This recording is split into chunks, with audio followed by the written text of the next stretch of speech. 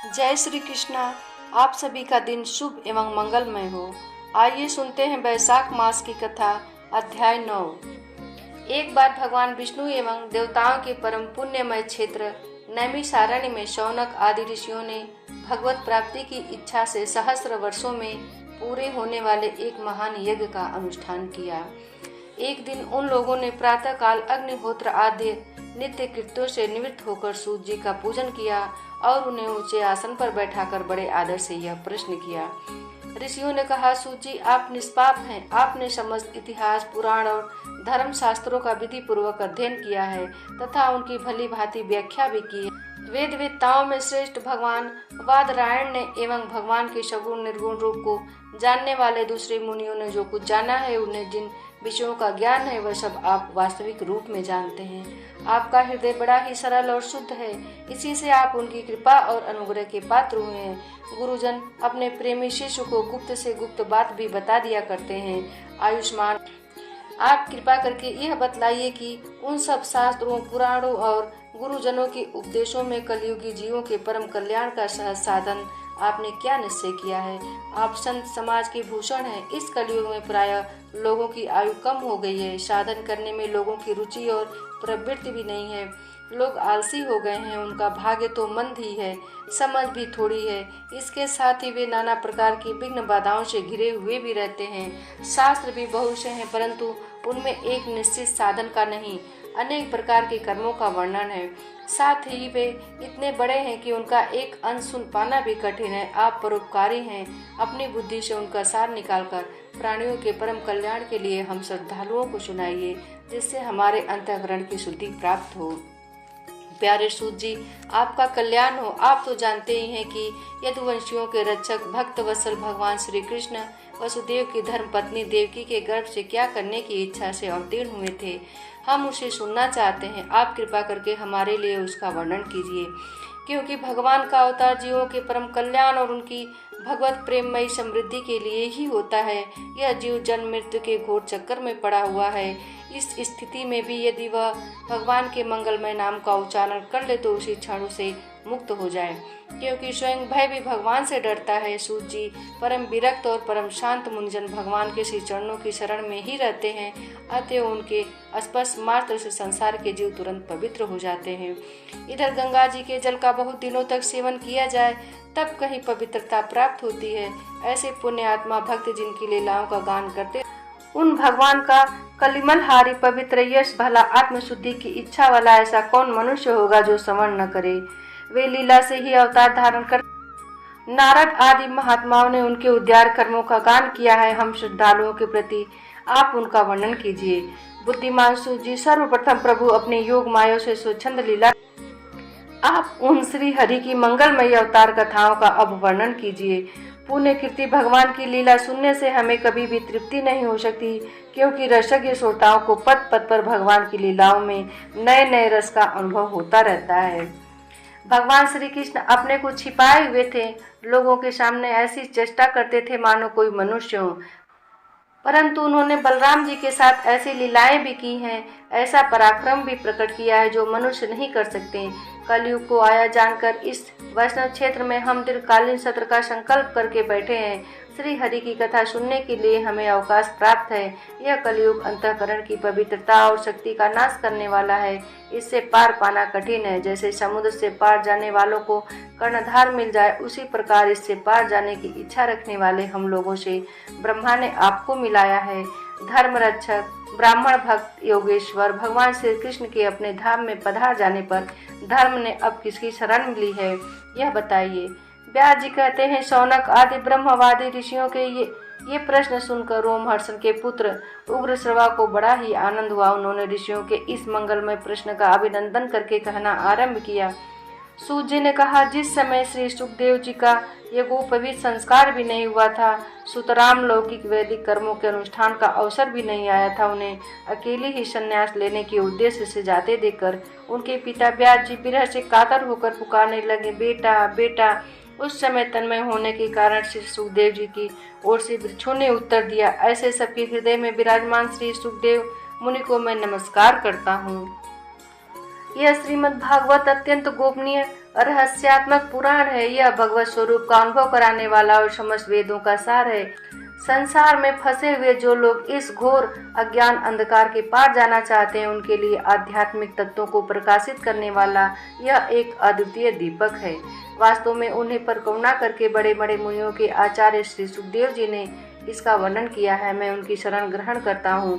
मनुष्यों में सर्वश्रेष्ठ भगवान के अवतार नर नारायण ऋषियों को, सरस्वती देवी को और श्री व्यास देव जी को नमस्कार करके तब संसार और अंतःकरण के समस्त विकारों पर विजय प्राप्त करने वाले इस श्रीमद् भागवत पुराण का पाठ करना चाहिए। ऋषियों, आपने संपूर्ण विश्व के कल्याण के लिए यह बहुत सुंदर प्रश्न किया है, क्योंकि यह प्रश्न श्री कृष्ण के संबंध में है और इससे भली भांति आत्मशुद्धि हो जाती है। मनुष्यों के लिए सर्वश्रेष्ठ धर्म वही है जिससे भगवान श्री कृष्ण में भक्ति हो। भक्ति भी ऐसी जिससे किसी प्रकार की कामना न हो और जो नित्य निरंतर बनी रहे। ऐसी भक्ति से हृदय आनंद स्वरूप परमात्मा की उपलब्धि करके कृतकृत्य हो जाता है। भगवान श्री कृष्ण में भक्ति होते ही, अनन्य प्रेम में उनमें चित्त जोड़ते ही निष्काम ज्ञान और वैराग्य का आविर्भाव हो जाता है। धर्म का ठीक ठीक अनुष्ठान करने पर भी यदि मनुष्य के हृदय में भगवान की लीला कथाओं के प्रति अनुराग का उदय न हो तो वह निराश्रम ही श्रम है। धर्म का फल है मोक्ष, उसकी सार्थकता अर्थ प्राप्ति में नहीं है। अर्थ केवल धर्म के लिए है, भोग विलास उसका फल नहीं माना गया है। भोग विलास का फल इंद्रियों को तृप्त करना नहीं है, इसका प्रयोजन है केवल जीवन निर्वाह। जीवन का फल भी तत्व जिज्ञासा है। बहुत कर्म करके स्वर्ग आदि प्राप्त करना उसका फल नहीं है। तत्ववेत्ता लोग ज्ञाता और यज्ञ के भेद से रहित अखंड अद्वितीय सच्चिदानंद स्वरूप ज्ञान को ही तत्व कहते हैं। उसी को कोई ब्रह्म, कोई परमात्मा और कोई भगवान के नाम से पुकारते हैं। श्रद्धालु मुनिजन भगवत श्रवण से प्राप्त ज्ञान वैराग्य युक्त भक्ति से अपने हृदय में उस परम तत्व स्वरूप परमात्मा का अनुभव करते हैं। शौनक आदि ऋषियों, यही कारण है कि अपने अपने वर्ण तथा आश्रम के अनुसार मनुष्य जो धर्म का अनुष्ठान करते हैं उसकी पूर्ण सिद्धि इसी में है कि भगवान प्रसन्न हो। इसलिए एकाग्र मन से भक्त वत्सल भगवान का ही नित्य निरंतर श्रवण कीर्तन ध्यान और आराधना करनी चाहिए। कर्मों की गांठ बड़ी कड़ी है।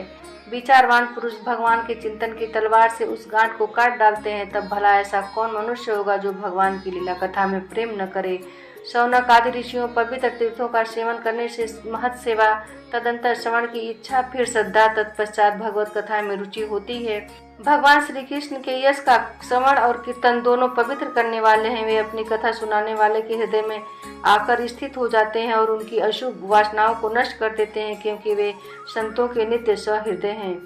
जब श्रीमद् भागवत अथवा भगवत भक्तों के निरंतर सेवन से अशुभ वासनाएं नष्ट हो जाती हैं, तब पवित्र कीर्ति भगवान श्री कृष्ण के प्रति अस्थायी प्रेम की प्राप्ति होती है।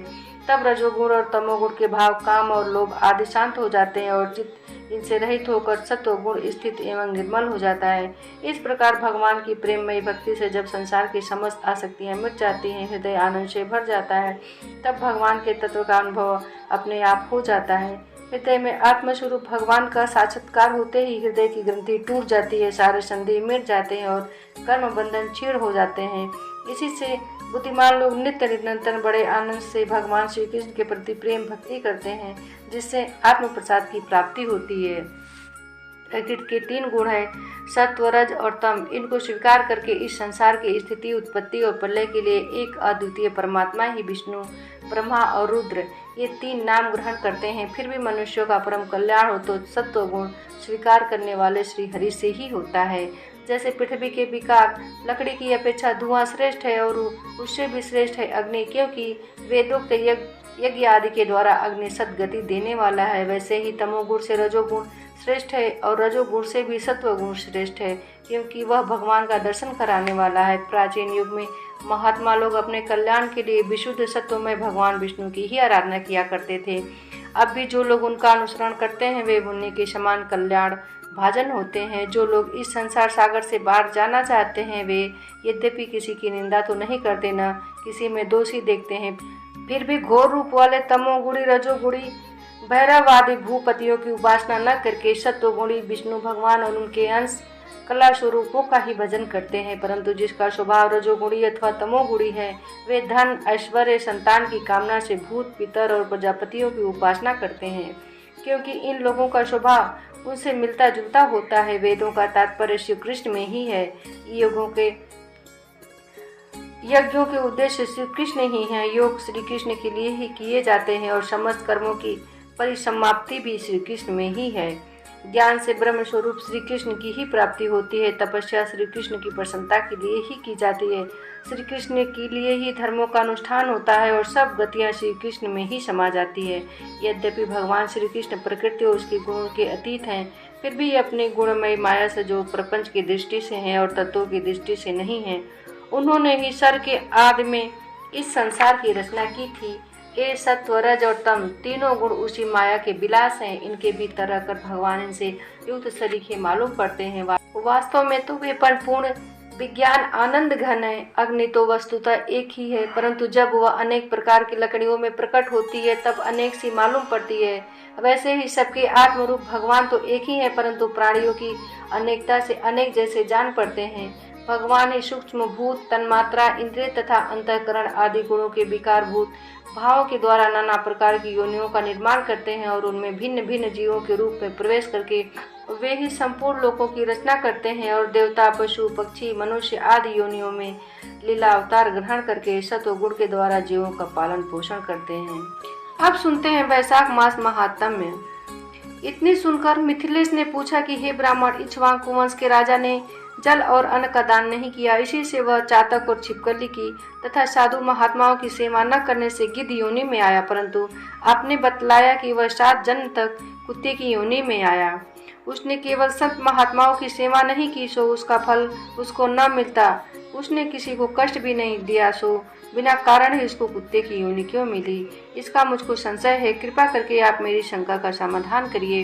राजा के ऐसे प्रश्न सुनकर महायशस्वी सुतदेव ने कहा, तुम धन्य हो जो हे राजन, तुमने ऐसा धार्मिक प्रश्न किया है, सो मैं अब तुम्हारे संशय का समाधान करता हूँ। यह वार्ता शिव जी ने कैलाश पर्वत पर श्री पार्वती जी से कही थी।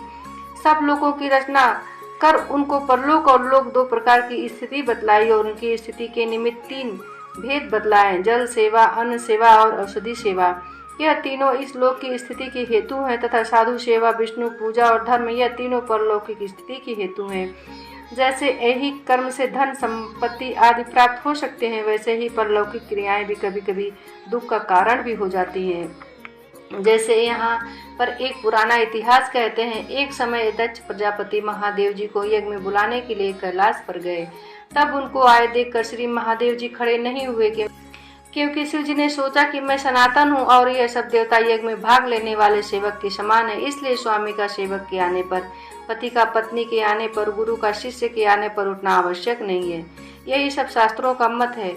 जिसमें बल, दान, तप और शांति अधिक रहता है वही गुरु है। जो स्वामी स्वयं अपने सेवकों के लिए उठते हैं उनकी आयु, धन और यश तत्काल नष्ट हो जाते हैं, इसलिए यह मेरा प्रिय ससुर है। ऐसा विचार कर दक्ष प्रजापति की भलाई के लिए ही वह उठे नहीं। यह देखकर दक्ष प्रजापति को अत्यंत क्रोध आ गया और उसके सामने ही उसकी निंदा करने लगा कि देखो, इस दरिद्री को बड़ा अहंकार हो गया और इसका धन केवल एक बूढ़ा बैल है जिस पर केवल चर्म ही रह गया है, कपाल की हड्डी धारण करता है, पाखंडी, अहंकारी, महा अपवित्र, किसी का शुभ कार्य न करने वाला, दरिद्रता के मारे शीश से दुखित, हाथी चर्म का उड़ने वाला, श्मशान जिसका घर है, सर्पों का आभूषण है, न इसमें धीरज है न ज्ञान, भस्मासुर के डर मारे दूर भाग गया, भूत प्रेत आदि संग, इसके कुल का कुछ पता नहीं।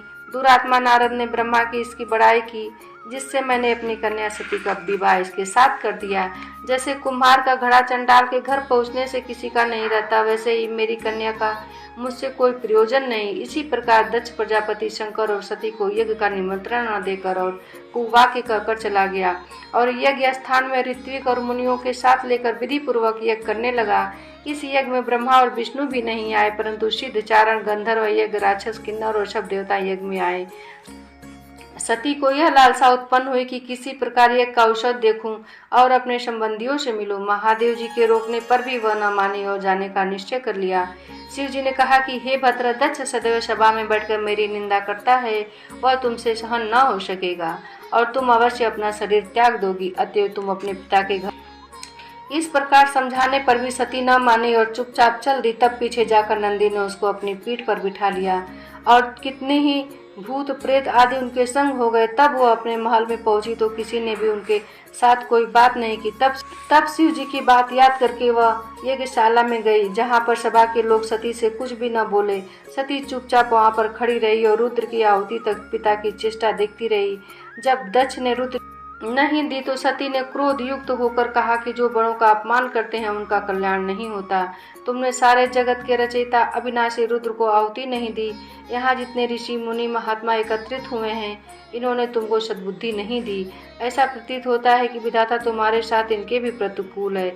जब सती यह वचन कह रही थी तो पूरा देवता मुंह फाड़कर हंसने लगे और कर्महीन भृगु दाढ़ी और मूछ फड़काने लगा। दक्ष निंदा करने लगा। ये सब बातें देखकर सती को अत्यंत क्रोध आ गया और वह पति की निंदा सुनकर प्रायश्चित के रूप में सबके देखते ही देखते हवन कुंड में कूद पड़ी। सती के गिरते ही हाहाकार मच गया।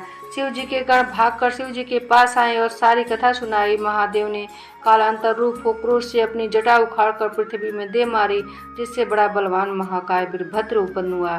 तब शिव जी ने उनको आज्ञा दी कि मेरे निंदक दक्ष का नाश कर दो, जिसके कारण सती को शरीर त्यागना पड़ा। महादेव जी की आज्ञा पाकर सहस्र भुजाओं वाला और यमराज के सदृश वह वीरभद्र यज्ञशाला में पहुंचा और देवता असुर मनुष्य आदि जो भी यज्ञ में उपस्थित थे सबको मारने लगा और भृगु की दाढ़ी मूछ उखाड़ दिए, जिससे जो अंग भड़काया था वीरभद्र ने उसका वही अंग उखाड़ कर फेंक दिया। दक्ष का सिर काटने लगा, किंतु शुक्राचार्य मंत्र बल से उसकी रक्षा कर रहे थे, इसलिए नहीं काट सका। तब रुद्र ने उसका स्वयं सिर काट डाला। इस प्रकार यज्ञ में आए हुए सबका संहार कर वे कैलाश को लौटे। जो मरने से बचे थे वे सब भागकर ब्रह्मा जी की शरण में गए।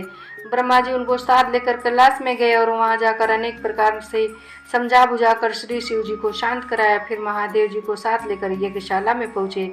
यज्ञ में जो मारे गए थे उनको जीवन का दान दिया और महादेव जी ने दक्ष की धड़ पर बकरे का सिर रख दिया, जिससे आज तक उनके उपासक दक्ष को उनकी प्रसन्नता के लिए बम बम बम करते हैं। भृगु जी के मुख पर सब बकरे की दाढ़ी लगा दी, पूषा के दांत नहीं लगाए। उनसे कह दिया गया कि वह पीस कर खा लिया करेगा। इस प्रकार सबको अंग सहित किया गया और दक्ष पूर्ववत यज्ञ करने लगा। यज्ञ संपूर्ण होने पर सब देवता अपने अपने स्थान को चले गए। इति श्री वैशाख मास महात्म्य में 9वां अध्याय।